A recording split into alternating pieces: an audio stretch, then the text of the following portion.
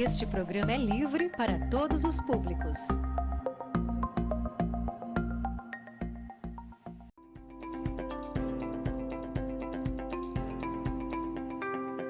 Câmara Convida. Olá, você que acompanha a programação da TV Câmara. Começa agora mais um Câmara Convida, o nosso programa semanal de entrevistas. E essa aqui uma edição especialíssima. Recebo a professora, historiadora, autora do livro Uma Comunidade do Oeste Paulista, os 200 anos de instalação da Câmara Municipal da Vila Nova da Constituição, 1822, a professora Marli Terezinha Germano Perecim. Muito obrigado pela sua presença, por atender o nosso convite aqui no Câmara Convida. Seja muito bem-vinda. Quem agradece sou eu. Fico contente de sempre estar junto à Câmara, prestando informação e recebendo e aprendendo. Na verdade, quem aprende mais somos nós, né? Olha, eu já devassei esses arquivos da Câmara. É o segundo livro que eu escrevo com a documentação da Câmara. Então, eu adoro vir à Câmara, sempre aprendo. Então, gente, para começar a falar do livro, né? O livro Uma Comunidade do Oeste, os 200 anos de instalação da Câmara Municipal da Vila Nova da Constituição, ele foi lançado no último dia 11 de agosto, durante a reunião solene que marcou os 200 anos da Câmara Municipal e também os 255 anos de Piracicaba. A professora, ela foi convidada a fazer, né, a participar desse momento tão único aqui da Câmara e fez essa obra aqui, ó, que é magnífica. Eu já dei aqui algumas folhadas bastante densas nessas informações e que conta a instalação da Câmara. Mas é claro que a gente pode falar da instalação da Câmara e da história da Câmara sob diversas perspectivas, né? Mas eu queria começar então a falar da professora Marli Terezinha Germano Perecim, que é nascida em Taquaritinga, mas é piracicabana por adoção e de direito também, né? Queria saber como que começou esse seu interesse por Piracicaba enquanto objeto de estudo. É o seguinte, a minha família, a família Germano, nasceu na barranca do rio Piracicaba. Eu acho que é a única família que nasceu originariamente em Piracicaba. Pelo casamento de minha trisavó, tetravó, Mariana Dias, com o francês Jean Germain, que era químico da cidade de Lyon, e veio conhecer o fim do mundo, que era Piracicaba, e acabou se casando com Mariana. Então, toda a família sempre a Rua do Porto, e foi subindo, como é o símbolo da ascensão social. Aqueles que melhoram um pouquinho de vida tomam a direção da catedral para se estabelecer o mais próximo possível do centro. E na Rua Moraes Barros, entre Rosário e Tiradentes, é que a família, no século XIX, se fixou. E no século XX, meu pai fez questão de vir morar também na Rua Moraes Barros, porque ele e minha mãe se conheceram em Taquaritinga quando começavam carreira, e eu nasci em Taquaritinga. Perguntei à minha mãe por que não me trouxe para nascer em Piracicaba como os outros primos, né? E ela disse que eu fui muito apressada. Eu nasci em novembro e os professores só tinham férias em dezembro.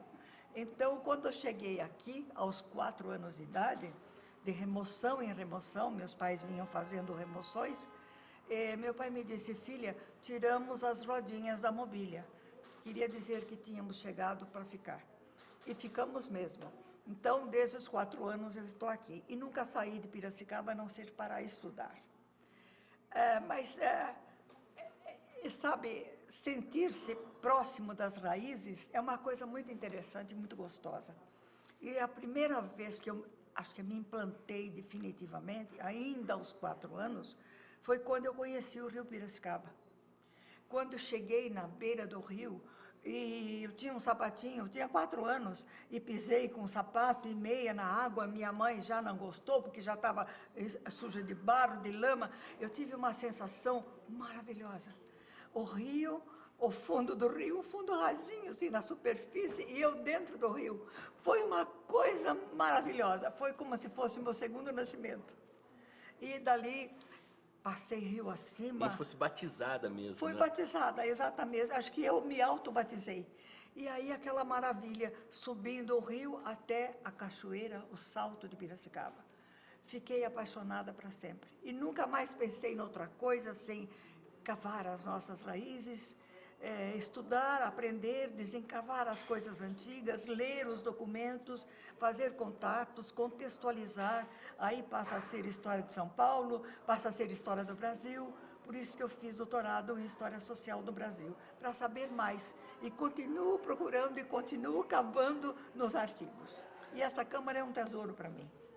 Que bacana. E é interessante que o livro ele consegue situar a gente ali naquele momento de freguesia, de uma freguesia até em decadência, né? Sim, mortiça. E precisando ter uma certa oxigenação para se tornar uma vila. Precisando de salvamento, de né? Salvamento. Conta um pouco como que foi essa conjuntura que acabou sendo fundamental para a instalação da Câmara, né? Pois é, quando a freguesia sentiu-se abandonada pelo poder de São Paulo, o poder dos capitães generais, com a queda da fortaleza de Iguatemi, acabou a guerra, o estado do Brasil, porque o Brasil era dividido em 2 estados, sabia?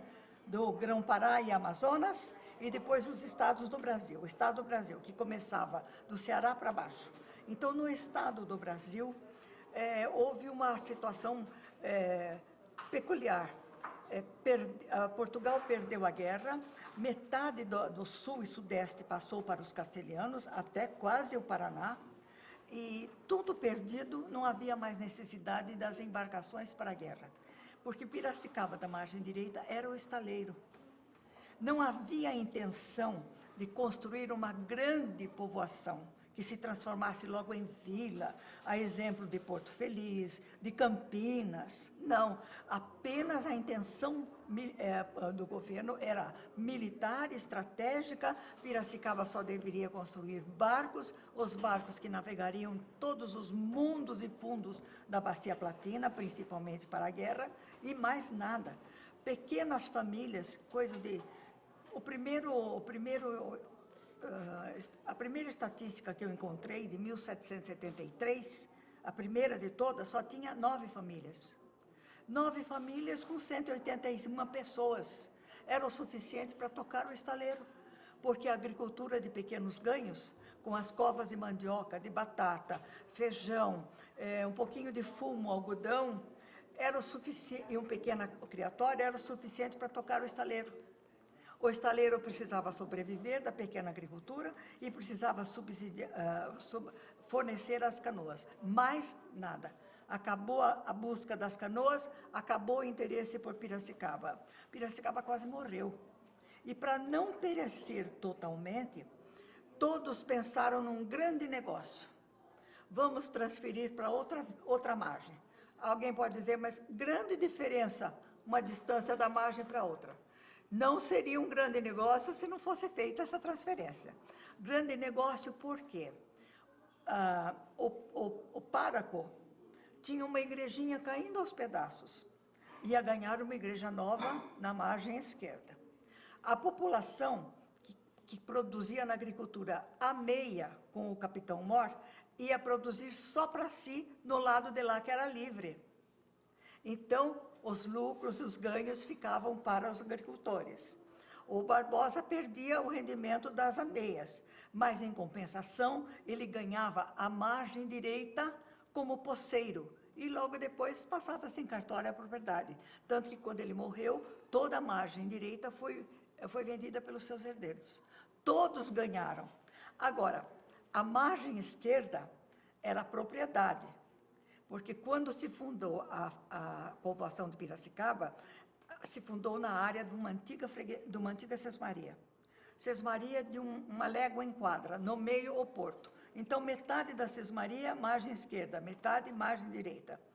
Se fez a fundação em sigilo, porque o dono não poderia saber. Então, inventaram que Piracicaba ia ser fundada na Barra, para que o dono não desconfiasse e não protestasse, o dono da sesmaria. E, com isso feito, fundaram aqui.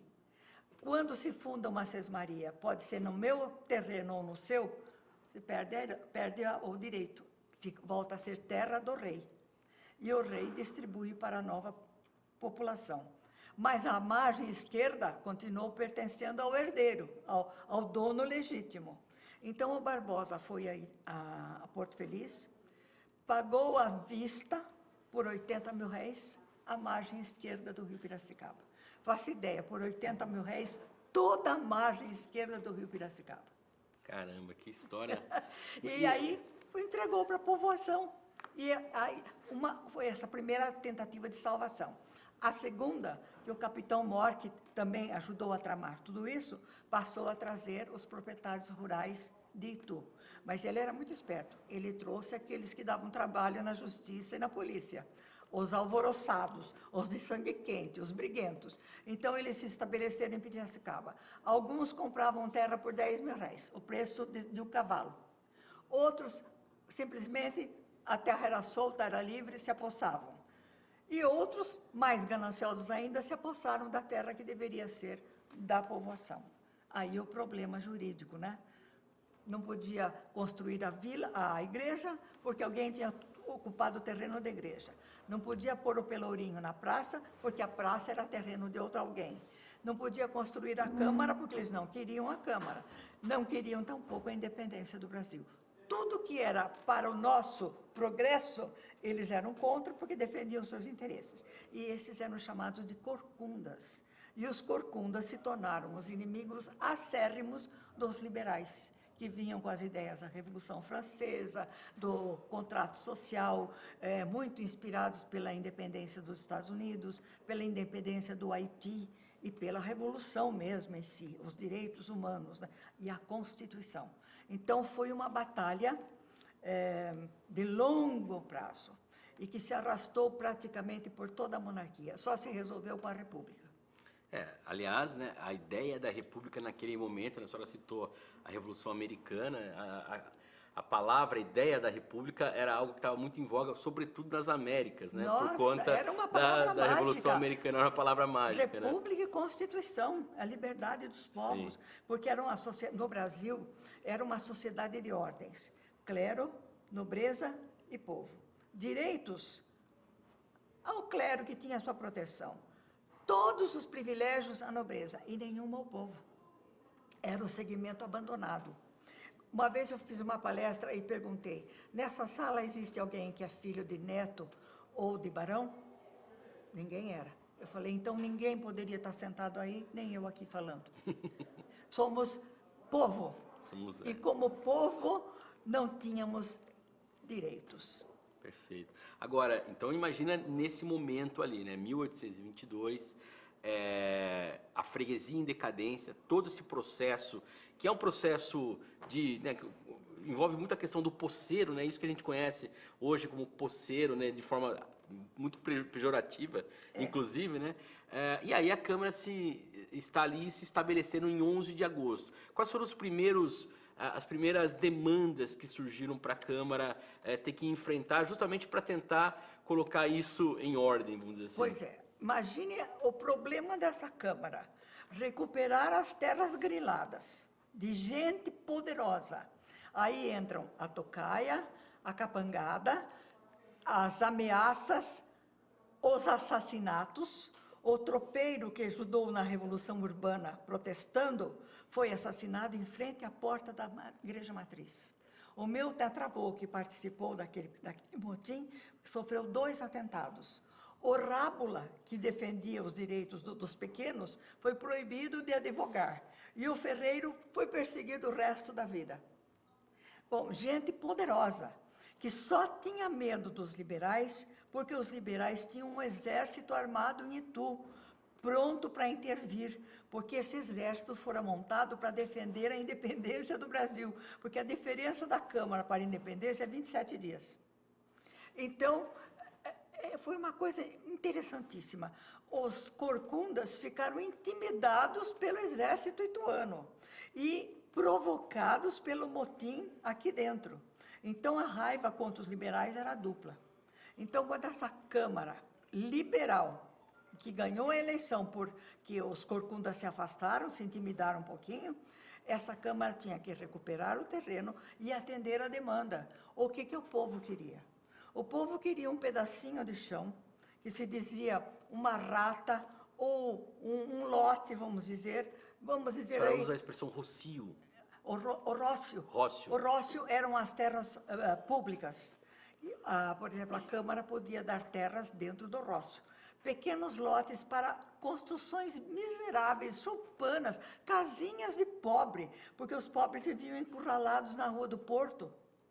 E perseguidos, e se implantavam num buraquinho, numa barroquinha, numa ladeira, eram expulsos, não tinham onde morar. Então, a demanda pelos lotes era tão grande que a primeira coisa que a Câmara fez foi conceder lotes. Mas concedia lotes aonde?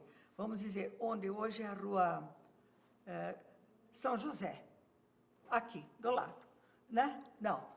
O terreno está grilado pelo Capitão X. Concediam outro lote na Rua da Quitanda, Rua 15. Não, não pode, o terreno está grilado pelo Coronel tal. E daí? Bom, fazia-se... Qual o seu poder de impor a lei? Fazia-se o documento, lavrava-se em cartório, o pobre recebia, era direito da Câmara conceder lotes à população. Chegava no terreno, então... já tinha que arrebentar a cerca do poderoso. Começava a construir uma casinha. 3 dias depois, estava tudo no chão, derrubado.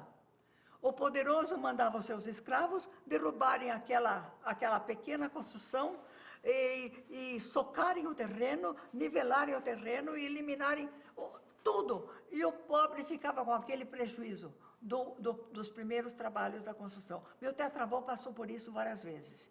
E como ele tinha um gênio esquentado e era liberal, era nho, maneco liberal, Manuel Dias Ribeiro, ele ia a Itu pedir ajuda para o padre Feijó, para o Paula Souza, para o senador Vergueiro, que era muito amigo dele. O que eu faço? Então entra com o processo na justiça. Pela primeira vez, um pobre do povo ganhou um processo na justiça contra um poderoso tenente-coronel Teobaldo da Fonseca e Souza, que era dono da Rua 15 até Tietê. Caramba, hein? Tinha boas terras aí. Boas terras, Faça ideia os outros que não tinham essa ideia de buscar apoio, que não sabiam se expressar, era gente muito humilde, com exceção de meia dúzia que moravam na Rua do Porto. Às vezes eram analfabetos, às vezes analfabetos, pobres coitados, todos sofriam muita perseguição, tocaia, agressões violentas. Era um perigo, Piracicaba era violentíssima. Então, sempre conservou a fama de boca de sertão, violenta, onde o sertão engole os homens, né? Sim. O início do faroeste caboclo aqui. Né? Faroeste caboclo, Bang Bang, a moda do oeste paulista. Exatamente. E agora tem um outro fato que eu acho que é importante a gente colocar, porque ao mesmo tempo que você tem aí a hegemonia dos liberais na Câmara, mais à frente a Câmara participa do processo de entender, ou vamos dizer assim, de certificar a nova Constituição que havia no Brasil, promulgada, né, ali pela regência, né?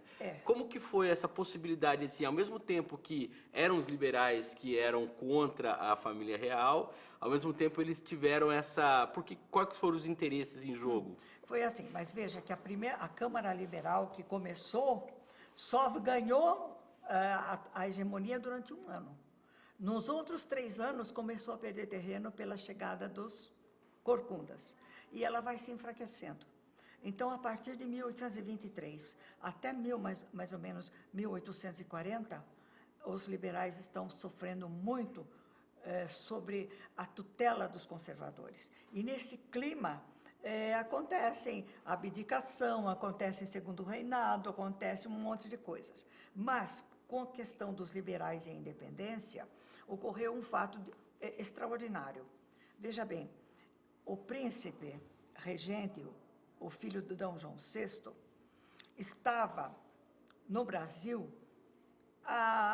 como regente há menos de 6 meses, quando ele percebeu que com 3 capitanias, São Paulo, Minas e Rio de Janeiro, ele poderia ter base suficiente para resistir às cortes de Lisboa, que haviam humilhado o seu pai era refém das cortes, D. João VI não valia mais nada em Portugal. Tudo era produto do parlamento português que tomou o poder com a Revolução do Porto. D. João VI se tornou um mero enfeite da coroa. E o que o filho mais temia era que acontecesse isso com ele, porque ele era herdeiro da coroa portuguesa e ser um fantoche nas mãos do parlamento português. Então, como ele já vinha sendo aliciado pelos liberais que desejavam a separação, porque a coisa se tornou trágica quando as cortes começaram a buscar no Brasil e a eliminar as instituições portuguesas trazidas com a corte de D. João VI. Todos os tribunais foram levados embora.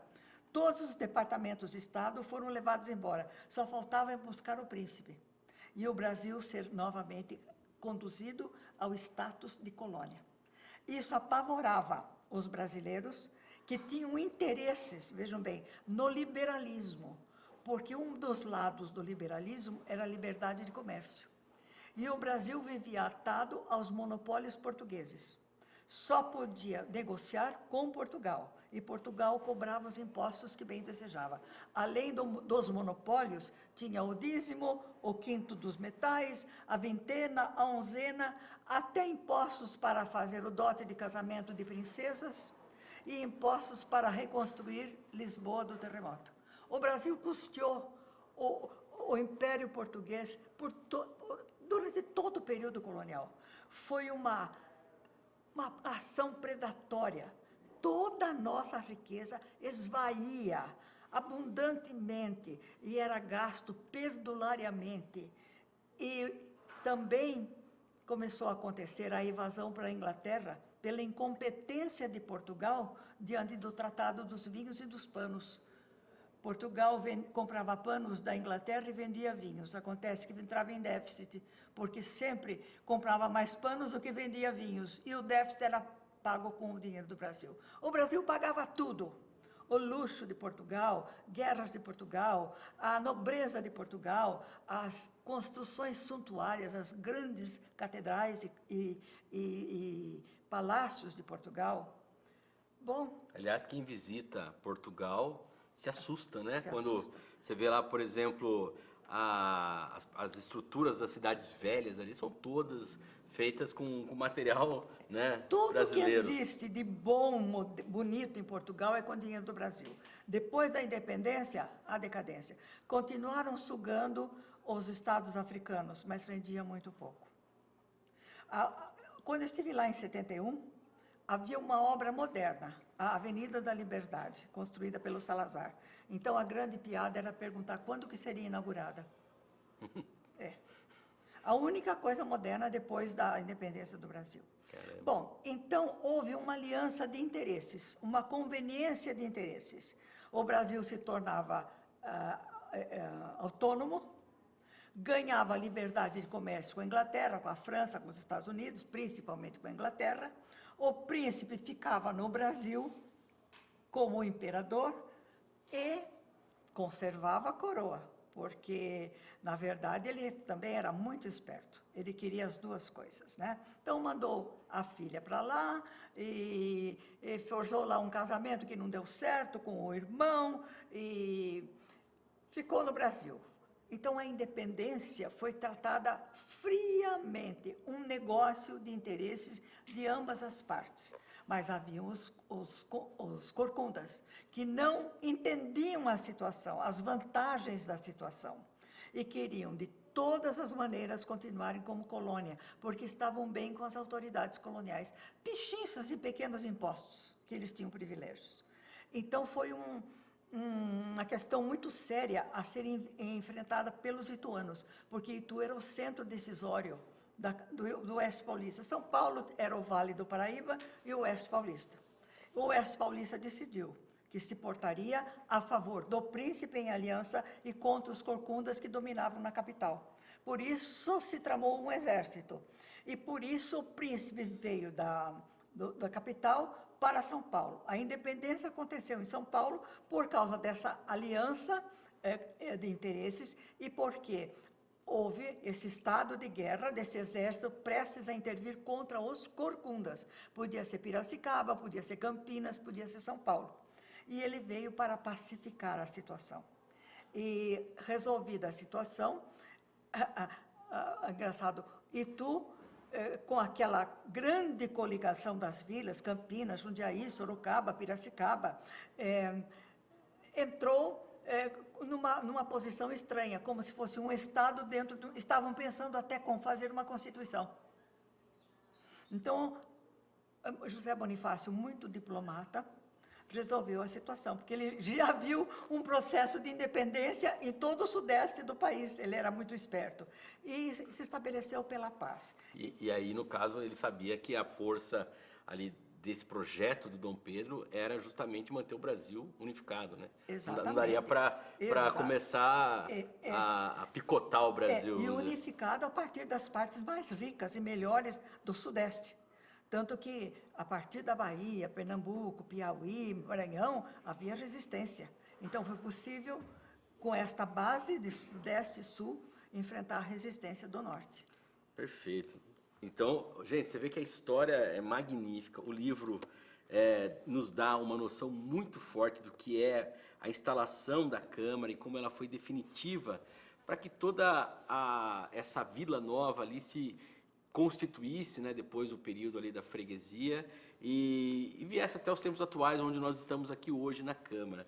Infelizmente, o nosso tempo, professora, ele é muito curto, né? Já passou um pouquinho, mas não tinha como cortar antes, porque o assunto é muito bom. Imagina, eu que peço desculpas de não poder ter mais tempo. Porque há questões que não podem ser resolvidas com 3 palavras, Exatamente. Né? E eu acho que isso é o grande desafio nosso. As pessoas querem, às vezes, entender as coisas muito rápido, né? Tem coisa que precisa de tempo, né? Essa é a mágica do jornalista. Traduzir em 5 palavras um texto de 1000 páginas. Então... Mas eu queria só um comentário, que além, claro, né, o presidente da Câmara, Gilmar Rota, ele faz aqui um agradecimento à professora, mas tem aqui um prefácio do ex-presidente, do Antônio Messias Galdino, que é seu amigo, meu inclusive. Grande amigo. Queria que você comentasse um pouquinho sobre esse prefácio aqui feito pelo nosso querido Galdino. Pois é, Galdino é o grande amigo. Eu digo é o meu amigo irmão, porque juntos fundamos o Instituto Histórico Geográfico há 55 anos atrás, mas já nos conhecíamos. Amigo de família, amigo daquelas horas difíceis. Então, não havia outra pessoa, a não ser ele, que teve toda a experiência vivida aqui dentro, como vereador e como presidente da Câmara. Né? Perfeito. Professora Marli, muito obrigado mais uma vez, parabéns pelo seu trabalho, é um prazer enorme, eu como jornalista também, entrevistar a senhora, viu? Muito obrigada. Esse é o segundo livro, o primeiro é a Síntese Urbana, que eu escrevi quando havia o arquivo no porão. Fiquei 6 meses no porão da Câmara. Caramba, hein? Tem história. Tem história e tem muito trabalho. Bom, esse foi o primeiro bloco desse programa Câmara Convida, que é muito especial, aqui com a professora Marli Terezinha Germano Perecim, que lançou recentemente aqui, ó, esse livro, Uma Comunidade do Oeste Paulista, os 200 anos de instalação da Câmara Municipal da Vila Nova da Constituição, 1822. No próximo bloco a gente conversa com o vereador Marco Bicheiro. Fique com a gente aqui no Câmara Convida.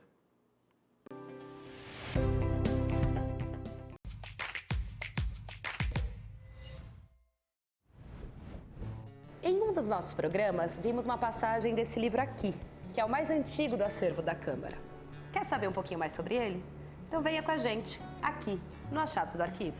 Logo na primeira folha se lê: Memória do estabelecimento da nova povoação de Piracicaba, junto à margem da além do rio de mesmo nome, e da sua mudança e de edificação para a parte daquém do dito rio. Um registro das memórias da povoação de Piracicaba. Sim, é isso que esse livro é. Esta bela encadernação é, na verdade, um compilado de documentos originais, datados do final do século XVIII, que conta a história de Piracicaba, desde sua fundação em 1767 até a mudança de margem em 1784. O primeiro documento, por exemplo, relata como foram a fundação e a povoação de Piracicaba. Ele foi escrito no dia 30 de julho de 1784 e assinado pelo capitão-mor da Vila de Itu, Vicente da Costa Taques Góes e Aranha, pelo Frei Tomé de Jesus e pelo povoador Antônio Correia Barbosa. É como se esses importantes personagens, que de alguma forma participaram ativamente da construção da nossa cidade, quisessem fazer um registro de suas memórias e contar o que havia acontecido nos primeiros anos da povoação. Vamos ler aqui um trechinho que fala do povoador Antônio Correia Barbosa. Em 1º dia do mês de agosto do ano de 1767, fundou-se a povoação. Na margem do referido rio da parte da além, edificou a sua habitação e dos seus subordinados. Alguns indivíduos de melhor condição concorreram para este lugar. Convidados da sua fertilidade e crescendo o povo, foi promovido a capitão deste, o dito diretor e povoador. Os documentos realmente são registros vivos da memória. Tem valor, tem história, tá na Câmara.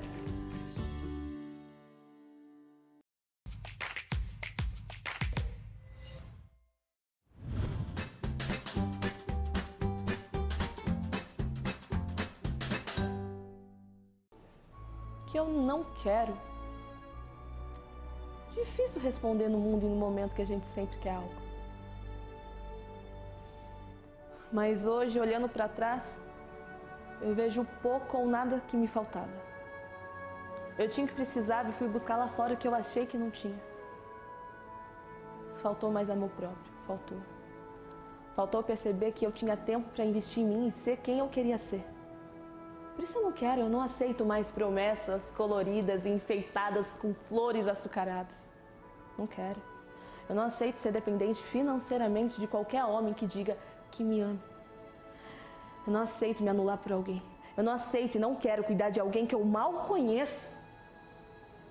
Eu não quero abrir as portas da minha casa para o príncipe de cavalo branco que encontrei na floresta. Porque se for para ir na floresta em busca de algo, eu irei só. Ou eu irei com a minha filha, em busca da árvore mais alta para abraçar. Um conselho? Ouça e escute a sua intuição. Ela, na maioria das vezes, é transparente. E quando você estiver se sentindo sozinha, prepare um chá bem quente. Vai ler um livro. Respire fundo. E veja o quanto você se basta. Na sua própria companhia, nunca estará só.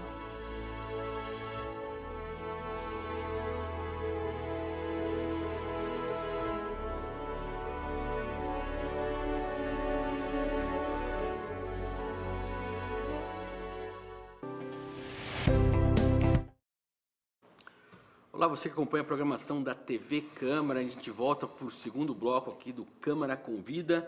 A gente vai conversar com o vereador recém-empossado Marco Antônio da Fonseca Bicheiro. O Marco Bicheiro, seja muito bem-vindo ao Câmara Convida. Muito prazer nesse momento. Eu agradeço a todos vocês essa oportunidade, aos telespectadores da TV Câmara.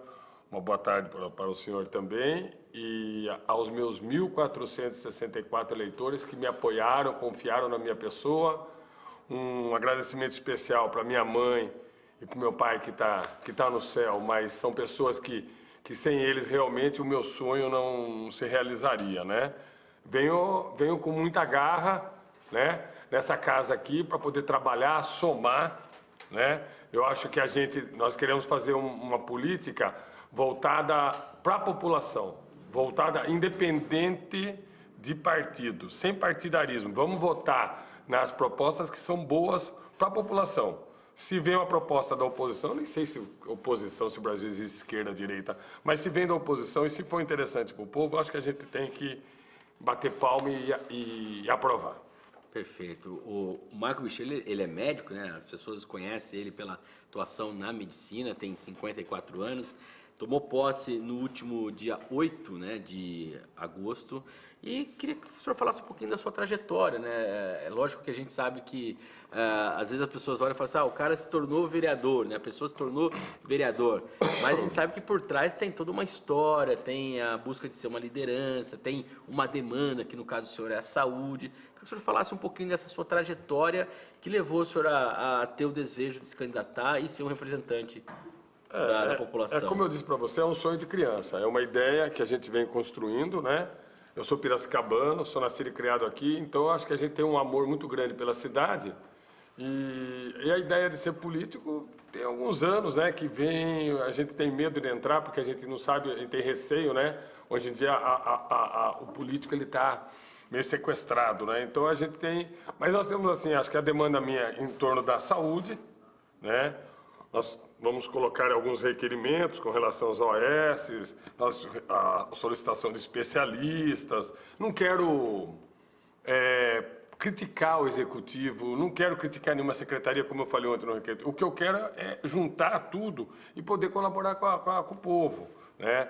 Eu acho que nós temos aí muitos problemas na saúde, como em vários setores, mas o que a gente vai tentar é agregar valores para que os problemas possam ser resolvidos. Por exemplo, uma das questões que hoje é muito discutida aqui na Câmara e na cidade de uma maneira geral é a questão do teto salarial que não permite que os médicos consigam trabalhar na rede pública. Inclusive, recentemente foi feito um concurso em que não se conseguiu preencher as vagas. Como que o senhor vê essa problemática, estando ali dentro dessa situação? Realmente é difícil porque é um problema jurídico, né, que envolve uma lei federal, mas o que eu acho que a gente tem aqui como Poder Legislativo é resolver o problema, né? Não sei, uma solução é difícil porque já vem há algum tempo, né? Eu acho que temos que juntar o Legislativo junto com o Executivo para que a gente possa realmente ter propostas para resolver esse problema, né? Nós não podemos, por causa de salário ou diferença salarial, ficarmos sem médicos na rede. Foram mais de 100 médicos que nós perdemos na rede. Então, isso faz falta para a população, faz falta o atendimento básico, principalmente no setor de profilaxia, né? Então, acho que a gente é difícil, vamos ter que sentar e conversar. Não sei se podemos aumentar o teto do prefeito para que os colegas venham de novo à nossa rede básica e se credenciem, né, de novo e possam desenvolver o seu trabalho com dignidade. Sim. E tem também a questão da saúde, né, que ainda está muito em voga, que nós ainda vivemos oficialmente, embora socialmente isso já esteja bem mais tranquilo, a questão da pandemia, né? Queria que o senhor falasse um pouquinho de como que isso tem afetado outros atendimentos. O senhor tem um requerimento falando das cirurgias eletivas, por exemplo, sim, né? Sim. Que ela está relacionada ao período da pandemia. Como que está a situação? E também com a falta de especialistas, né? Que você precisa de um cardiologista, você precisa do cirurgião propriamente dito. A pandemia, eu encarei a pandemia de frente, né? Eu vi ela de frente, então perdi até alguns colegas, perdi muitos amigos, né? Mas realmente a pandemia acabou atrasando esse processo de cirurgia eletiva e tudo mais. E hoje, agora o que nós temos que fazer é ter essa retomada dos trabalhos e poder contribuir, né? Poder contribuir para que a saúde continue trabalhando da melhor maneira possível. O senhor que esteve na frente, então, do enfrentamento da pandemia, o que o senhor acha que a gente, como sistema de saúde, pode levar como lição? Porque eu imagino que tenha sido um período bastante difícil, né? Eu acho que o problema, primeiro, foi a vacinação que começou atrasada, né? Hoje nós temos um sistema único de saúde que é uma maravilha. Não existe no Brasil, no mundo inteiro, você não tem um sistema de saúde igual ao nosso. Apesar das muitas reclamações, né? Mas é um sistema que funciona e é um sistema que, quando você usou ele na pandemia, você viu que realmente ele foi eficaz, né? Porque hoje nós temos uma rede básica que funciona muito bem, né? Está bem interligado. Então, nesse momento, o nosso próprio sistema de saúde colaborou para que a pandemia desse uma refrescada. Ainda temos que tomar cuidado, né? Ainda não acabou, nós temos que se preocupar. Agora nós estamos aí com do monkey, né? Do macaquinho, né? Monkeypox. Acabei de ter uma aula sobre isso. São casos novos, nós estamos com 7 casos na cidade. Então, agora esse trabalho de profilaxia, de buscar esses casos e não poder deixar que esse número de casos vire uma pandemia de novo. E que a população sofra com isso, que tenha que ficar na sua casa, que tenha que ficar longe dos seus entes queridos, que não possa ter essa interação social. O que é importante, aproveitando já que o senhor citou a monkeypox, a varíola dos macacos, que ela está sendo disseminada no Brasil, mas não por conta dos macacos, né? Sim, já não tem nada a ver. É disseminação de homem para homem, né? Que se coloque isso, né? Sim. A disseminação se dá de homem para homem, relação sexual, através de fluidos, as crostas, as secreções são grandes contaminantes também, então não se pega do macaco, se pega entre homens, né? Exatamente. Agora falar um pouquinho da atuação aqui. O senhor chegou agora na Câmara, como tem sido o contato com os colegas, aquela velha história do treino é treino, jogo é jogo, né? Uma coisa é quando você imagina como as coisas são, outra é a hora que chega para realmente atuar. Como tem sido a relação com os colegas e o trabalho no dia a dia aqui? A maioria dos vereadores já me conhecem, a pessoa minha como médico, como cidadão, né? E respeitosamente eu tenho um contato muito interessante, muito interligado com eles. A maioria deles, aliás, todos eles eu não tenho problema nenhum. Lógico que eu sou inexperiente, estou começando agora e quero, nesse momento, essa oportunidade que eu vou ter, que o Pedro Kawai me ofereceu, aí nós queremos poder contribuir com a Câmara, adquirir experiência, pegar a experiência que nossos colegas vereadores que estão mais tempo na Câmara e trazer para mim, e trazer para a população, e essa experiência levar para a população. Perfeito. E a relação com a administração? O senhor disse que não se importa na questão de ser oposição, ou ser situação, ou estar na esquerda, ou estar na direita, enfim. Mas como que o senhor avalia hoje a administração municipal e quais são os pontos? Lógico, a gente já falou de saúde, mas outras áreas que o senhor acha que precisa ser atacada?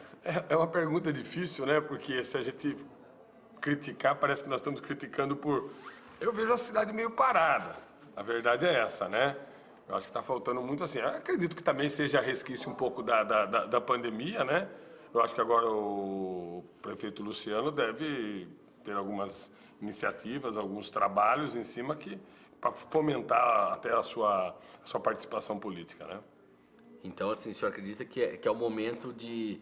até eu vi na imprensa, inclusive, recentemente, o prefeito dizendo que, de fato, a administração dele está conseguindo embalar agora, em agosto desse ano, por conta da pandemia. Então, o senhor acredita que agora que realmente é possível as coisas começarem a andar de forma mais ágil? Eu espero que não seja demagogia, que não sejam só palavras, né? Que palavras se perdem ao vento, né? O que eu quero é uma iniciativa, o que eu quero é que realmente tenha eficiência o Poder Executivo, né? Que trabalhe para a população e veja a necessidade dela.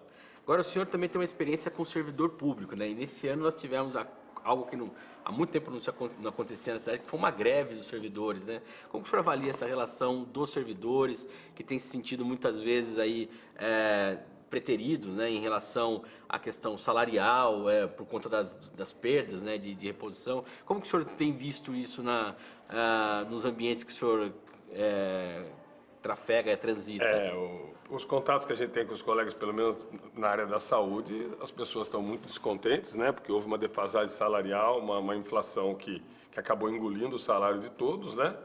E lógico que todos têm família, todos têm a necessidade básica dentro de casa e que acaba impactando nisso e acaba até impactando no trabalho desenvolvido no seu lado profissional, né? Sim, acaba afetando a parte emocional também. Sim, sem dúvida nenhuma. De maneira muito direta, né? Bom, vereador, nós estamos com o nosso tempo bastante exíguo aqui já e eu queria que o senhor, como eu sempre falo para os nossos entrevistados, deixar um espaço para o senhor, que as pessoas queiram encontrar o senhor, quais são os caminhos? Rede social, telefone do gabinete, telefone do consultório? Eu tenho um telefone, tenho um consultório ali na Pedro Chiarini, na Independência. Não sei se cabe deixar o telefone ou não, mas é 334025178. Tem o meu WhatsApp, 994045434. Temos o gabinete, o qual eu estou usando, mas eu estou sempre à disposição. Trabalho no CRAB do Piracicamirim. Então, qualquer dúvida, qualquer demanda em que eu possa solucionar e ajudar a população, será bem-vinda. Perfeito. Muito obrigado pela sua atenção, pelas suas informações. Desejo aí, embora nesse curto período, sucesso no trabalho. Eu que agradeço essa oportunidade é única e para mim é enorme poder me expressar e dizer a pessoa que eu sou. Perfeito. Acabamos de conversar aqui com o vereador Marco Bicheiro, que está nesse período aqui na Câmara, substituindo o vereador Pedro Kawai, que pediu licença. E esse foi mais um Câmara Convida. Você acompanha toda sexta-feira, a partir do meio-dia, aqui na TV Câmara, nos canais 11.3 em sinal digital, na TV aberta, no canal 4 da Claro Net, no canal 9 da Vivo Fibra, com retransmissão nas redes sociais, no Facebook, no YouTube e também no nosso site, o câmarapiracicaba.sp.gov.br. Eu agradeço a sua companhia e até a semana que vem.